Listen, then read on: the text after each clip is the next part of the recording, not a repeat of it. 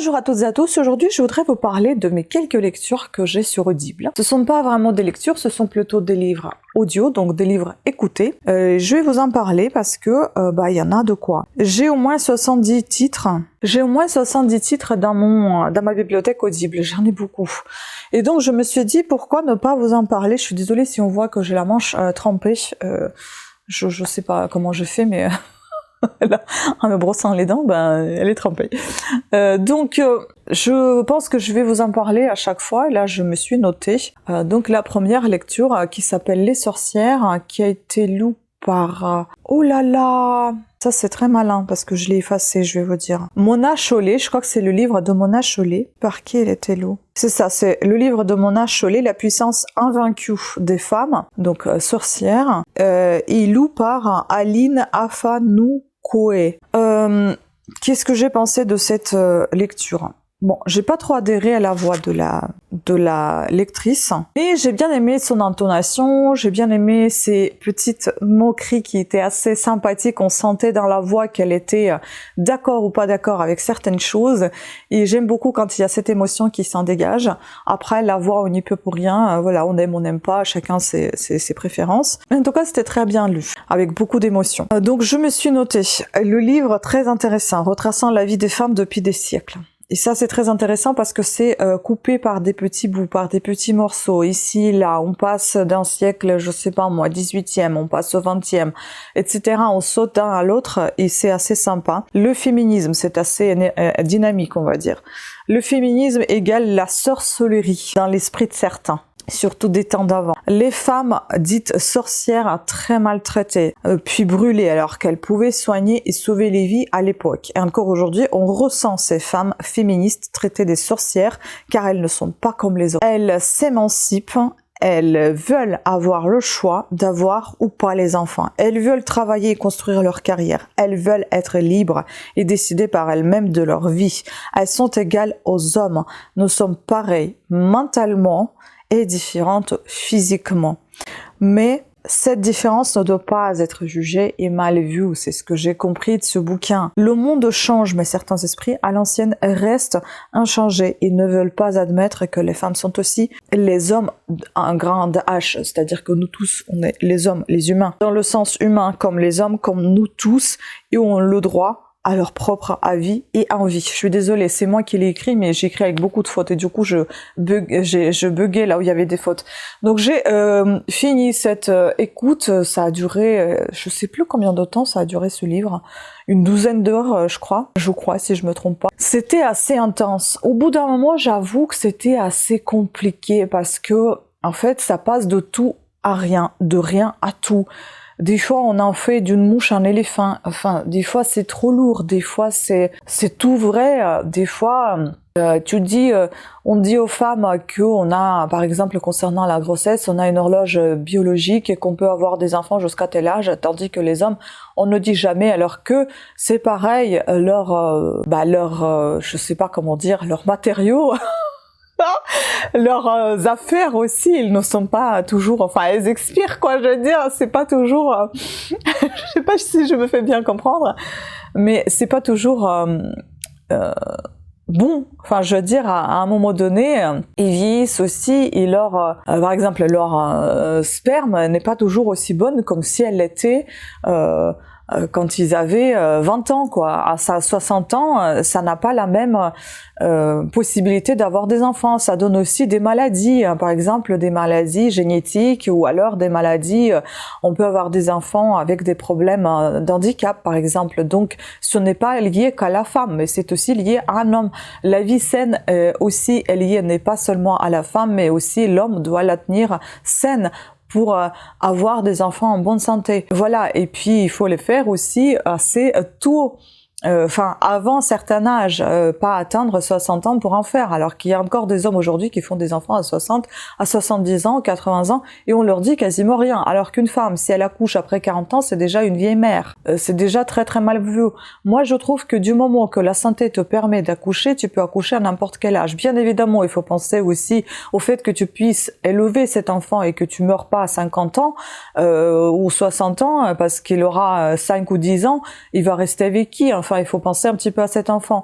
Mais après j'ai envie de vous dire, si on va penser qu'à ça, même une mère de 20 ans, elle peut mourir demain sans savoir pourquoi. Elle est écrasée par une voiture, elle est frappée par une crise cardiaque, j'en sais rien moi, elle est frappée par un cancer et elle est morte au bout de 3 mois. Vous voyez, je veux dire, ça c'est pas... Moi je parle de santé dans le sens où tu es capable physiquement, que tu peux élever cet enfant, ou que ton corps est capable le porter, ou que tu es capable aussi dans le sens, tu sais que tu n'es pas malade, tu as fait tous les examens, etc.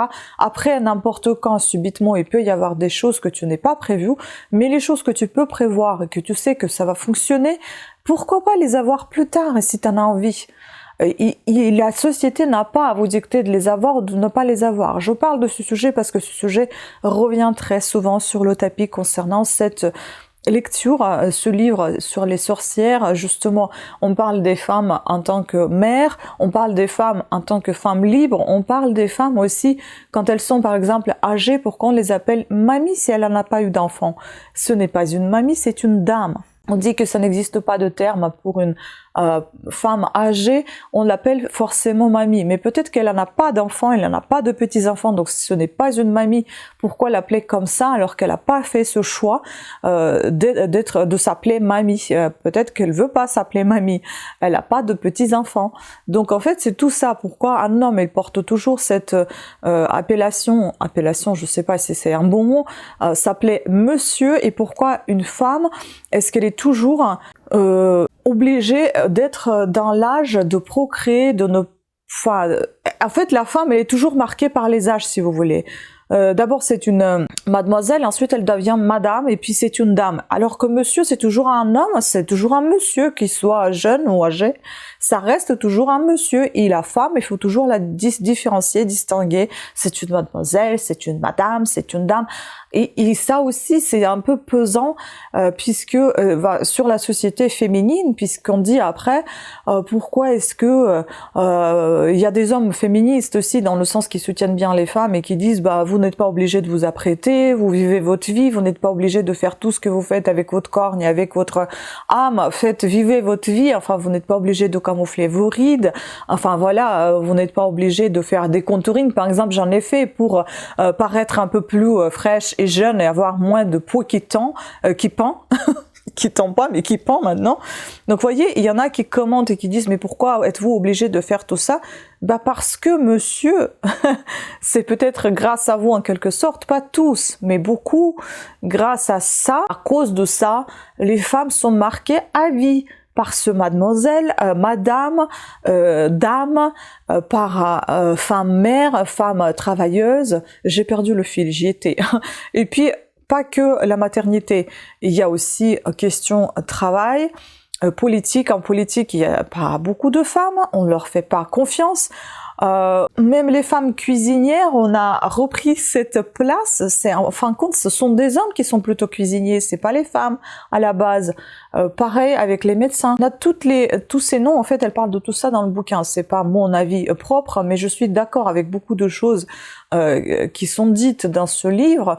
Et il y a des choses qui me mettaient hors de moi, parce qu'au bout d'un moment, tu ne peux pas toujours s'acharner aussi non plus sur le sort des hommes, parce que tous ne sont pas pareils, tous n'ont pas choisi de rabaisser les femmes comme elles étaient à l'époque.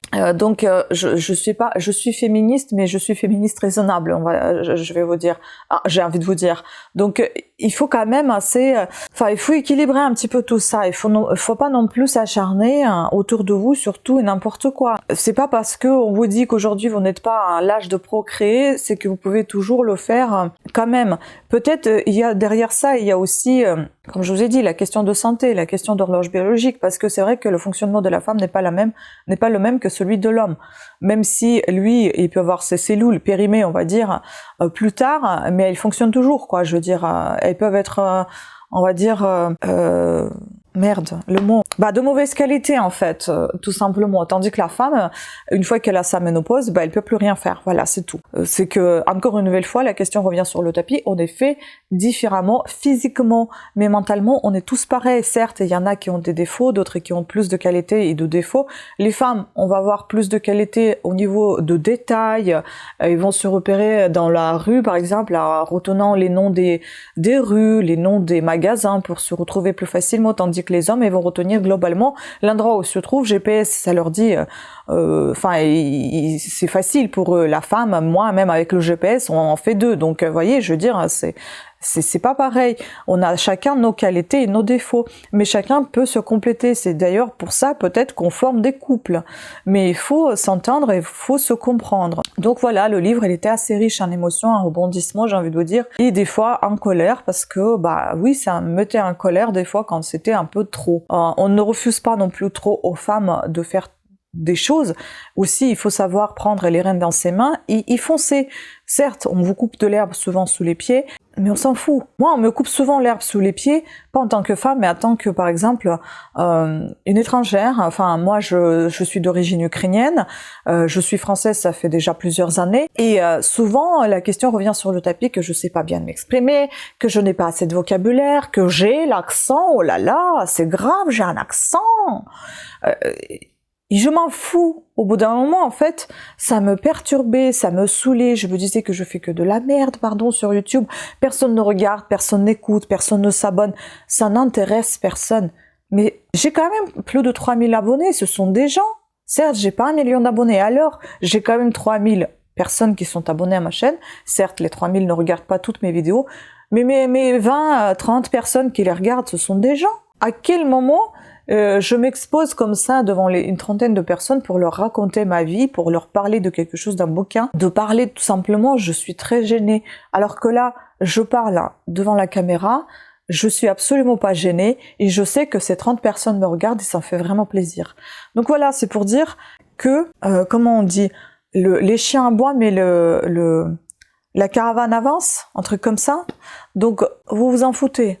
Du moment que vous ne faites mal à personne, ni à vous-même, avancez, faites ce que vous avez à faire. On s'en fout de mauvaises langues. Et pareil, en tant que femme. C'est dur, je sais, c'est dur, la société elle dit que j'ai 42 ans, j'en ai pas d'enfant. Vous croyez que j'entends pas ça tous les jours, tous les mois? Ah bah t'as pas d'enfant, ah bah c'est plus facile pour toi, ah bah oui, quand on n'a pas d'enfant, c'est vrai qu'on n'a pas de vie en fait. Hein. C'est vrai que quand on n'a pas d'enfant, on n'a rien à faire dans la vie. Hein. On peut pas être occupé, on a nos journées dispo. Certes, c'est pas les mêmes responsabilités. Je suis tout à fait d'accord. En ayant des enfants, on a des responsabilités beaucoup plus importantes, mais il y a des femmes qui s'en occupent absolument pas, qui n'en ont rien à faire de ces responsabilités. Les enfants, ils poussent comme des pissenlits dehors, hein, tout seuls. Donc voilà, c'est peut-être aussi pour ça que à l'heure actuelle, je n'en ai pas parce que je me pose énormément de questions sur l'éducation, sur les responsabilités. Je suis quelqu'un de très, très responsable et ça me gênerait de ne pas aller jusqu'au bout, de ne pas bien faire. Donc quand même, avant de faire des enfants, c'est une vie que vous vous engagez à vie. Même avoir un petit animal à la maison, on réfléchit, ça fait 8 ans qu'on réfléchit. On peut pas en avoir comme ça. J'ai perdu ma perruche il y a quoi? Il y a 5 ans. Je suis malheureuse. C'était un drame dans la famille. Mon chéri a perdu aussi son chinchilla, c'était un drame dans la famille. On peut pas comme ça, non. Nous, on est beaucoup trop responsables. Soit il y en a des gens qui foncent la tête baissée et qui arrivent, et qui sont responsables et qui arrivent à tout faire. D'autres, ils ont besoin de beaucoup plus de réflexion, de beaucoup plus d'assurance et qui pourront ne jamais en avoir, tout simplement à cause de leur ce perfectionnisme ou à cause de leur responsabilité surélevée. Je sais pas, il y a plein de choses qu'on se pose et d'autres pas, plein de questions. Donc voilà, c'est comme ça, c'est la vie, hein, chacun sa vie. On n'a pas à juger l'un ou l'autre, chacun vit sa vie. Donc arrêtez de dire à tous ceux qui n'ont pas d'enfants, qui n'ont pas de vie, qui n'ont pas de responsabilités, ils en ont des responsabilités, mais d'autres, ils en ont d'autres responsabilités, ils ont d'autres choses à faire. Tout ce que je peux faire n'ayant pas d'enfants, celles ou ceux qui en ont, ne peuvent pas le faire. Et l'inverse, c'est la vie, chacun sa vie, voilà. Donc ce livre, il me révolte énormément, il est très complexe et compliqué, j'ai envie de vous dire. Mais assez intéressant parce qu'il y a des petites histoires, comme je vous ai déjà dit, assez sympa qui se passait et dans les temps anciens et dans les temps modernes, notamment l'histoire de l'autrice aussi, qui est assez sympathique. À vous d'écouter pour comprendre de quoi je parle. Voilà, donc je vous laisse ici. Je ne sais pas si je vais pouvoir parler de beaucoup de bouquins, parce que juste en parlant de celui-ci, ça m'a pris 16 minutes. On verra, soit ça va être une vidéo beaucoup trop longue, soit il y en aura peut-être 2-3 lectures, audio-lectures, et puis je vais commencer ainsi de suite. Ou bien ça sera une seule vidéo, peut-être, pourquoi pas, ça peut être une vidéo unique. Je pense que ce sera une vidéo unique. Voilà, je vais pas en parler ici de plusieurs lectures, et d'autres, dès que je vais écouter, je vais en parler. Je vais pas, en fait, ce qui m'embête, c'est de faire rapide, de faire vite. Ça sera du coup pas un point lecture, mais ça sera plutôt un avis de lecture, et je pense que c'est mieux comme ça. Tiens, je vais garder juste un seul livre, et puis je vais pas faire comme les autres, parce qu'à chaque fois, les youtubeuses, elles accumulent une quantité énormissime de livres, et elles en parlent de beaucoup de bouquins dans une seule vidéo. Parfois, c'est pesant. Tant pis. Ça sera une petite vidéo concernant juste ce livre. Donc, voilà. Et puis, on va continuer ainsi. S'il y a d'autres livres qui sont trop intéressants et que il y a de quoi dire, de quoi parler, eh ben, peut-être que ça sera aussi des avis de lecture uniques. Ou si c'est des livres à va-vite ou qui contiennent genre 50 pages, il n'y a rien à dire, hein, pas grand-chose en tout cas, parce que sinon après on dévoile le contenu, et ben ça sera une vidéo avec plusieurs bouquins. Voilà, je pense que je vais faire comme ça sera beaucoup plus simple aussi pour moi, pour faire un montage, sinon c'est compliqué. Ça c'est mon micro, vous voyez, je suis attachée. Voilà, donc sur ce côté, je vous remercie beaucoup de votre attention, j'espère que vous avez apprécié cette vidéo, cet avis lecture. N'hésitez pas à faire un petit tour sur Audible. Sur ce, je vous embrasse et je vous dis à très bientôt. Ciao.